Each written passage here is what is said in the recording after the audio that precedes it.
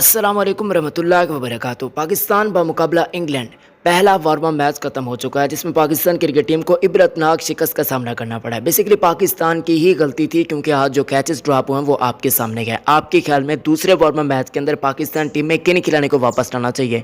Comment section में ज़रूर बताइएगा। इस चैनल को सब्सक्राइब कर दें और वीडियो को लाजमन लाइक कीजिएगा। नाजरीन कराम, अगर हम बातचीत करते हैं पाकिस्तान की परफॉर्मेंस की, तो आपके सामने गए। आज पाकिस्तान के बल्लेबाज खासकर मिडिल ऑर्डर कुछ भी नहीं कर पाया। शुरू में पाकिस्तानी ओपनर जैसा कि अच्छी परफॉर्मेंस का मुजाहरा करते हैं, पहले वाले ओपनर थोड़ा स्लो खेला करते थे, ये थोड़ा सा तेज़ खेले, मगर मिडिल ऑर्डर कुछ भी नहीं कर पाया। इवन बॉलिंग की बातचीत करते हैं तो शाहीन अफरीदी के अलावा कोई बॉलर खास बॉलिंग का मुजाहरा नहीं कर पाया। यानी कि पाकिस्तान की टीम आज खेलने के मूड में भी नहीं थी, जैसा कि दिखाई भी दिया जा रहा था। आज भारतीय भी देख रहे थे और आपके सामने है कि आज पाकिस्तान की परफॉर्मेंस कैसी रही।